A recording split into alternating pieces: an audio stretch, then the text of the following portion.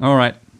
So let's address something I brought up in this video. It's the most popular video on my channel, and probably you came to my channel over this video. So I'm talking about virtual shadows here, and now it's coming back to roost because people start asking questions. What are virtual shadows? Virtual shadows have to do with your positioning and your assumed position of an audience for a mapping. So let's say we're mapping this really boring skate park. Yeah, it's just one ball. Skaters are going to hate you, your content creators will love you, and your operator will love you. So to create content that is directed to an audience, it's easiest to assume a position like this one, and then create a virtual camera, and from this position on, you create all your content, and everything you care about is this one virtual position.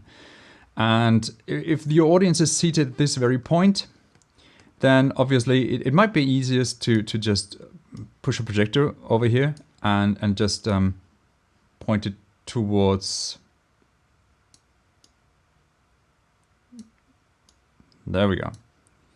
And now from your audience, it looks okay.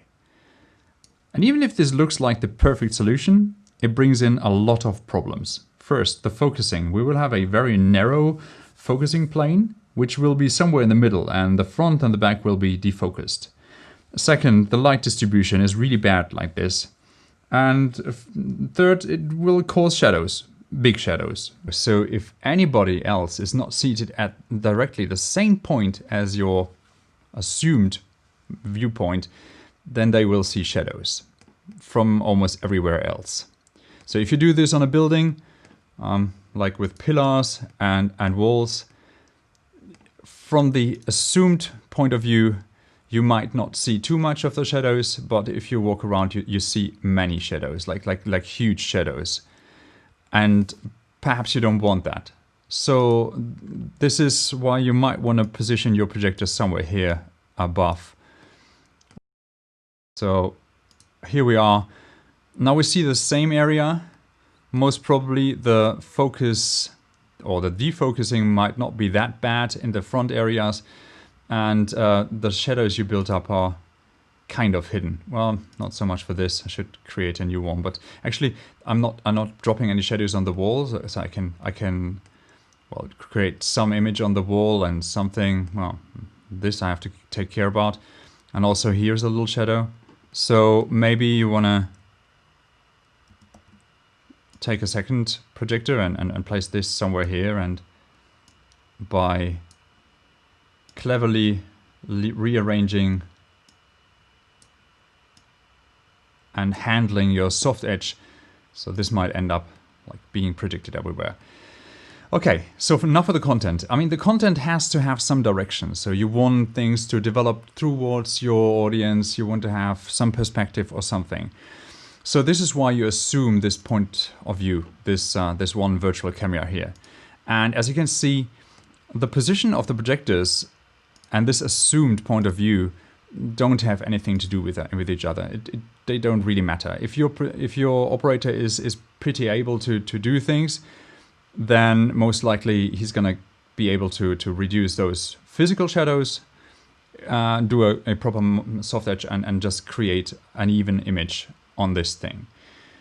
Creating the content might be a problem. So if you are a lazy person and you hire somebody else to do some matte painting or something on it, you assume the position of your audience, and then you just, let's take this away for a second, and then you just render out an image like this and hand this image to your painter and say, okay, there is a hole in the floor, and then there is this floor, and please paint on it. And maybe they do some incredible job by creating something like something like this. This is so gorgeous. This is just yeah. It's obviously some desert and some lava, something. Yeah. Please don't judge me. And now you want to map this onto here. But here's the problem. The area that we didn't define, because projecting from view doesn't really define what we can't see from our point of view, obviously. Well, this will cause some problems. Blender is clever enough to sort of kind of trick something here. So they project those lines onto what's down here. So it's going through here. Those rays are going through here. And this might work because you can't really tell there's something wrong. But if the software of your server is a little more precise and a little more demanding, it might ask, okay, what's there? Because if there's nothing, I'm gonna use black. So that's the reason why these areas are virtual shadows. They are not really shadows from your projection. They are not physically shadowed because your projector is somewhere up here and it can actually project everywhere. But those are the areas that you didn't define. So why is this a big problem? Because your audience can't see the virtual shadow unless they gonna raise up like this. But actually, they can. There will always be people in your audience who sit at a completely different place, or somebody in your building mapping who stands somewhere where you didn't imagine it. So if it gets a little more complex than just some 3D corner pin of some planes, it's always best to not just slap some painting into your server, but to use a proper UV on some 3D object, if your server can handle it. But here's the problem. I can't really tell you how it's done right now because this takes a lot of time and it should be a different video to do this.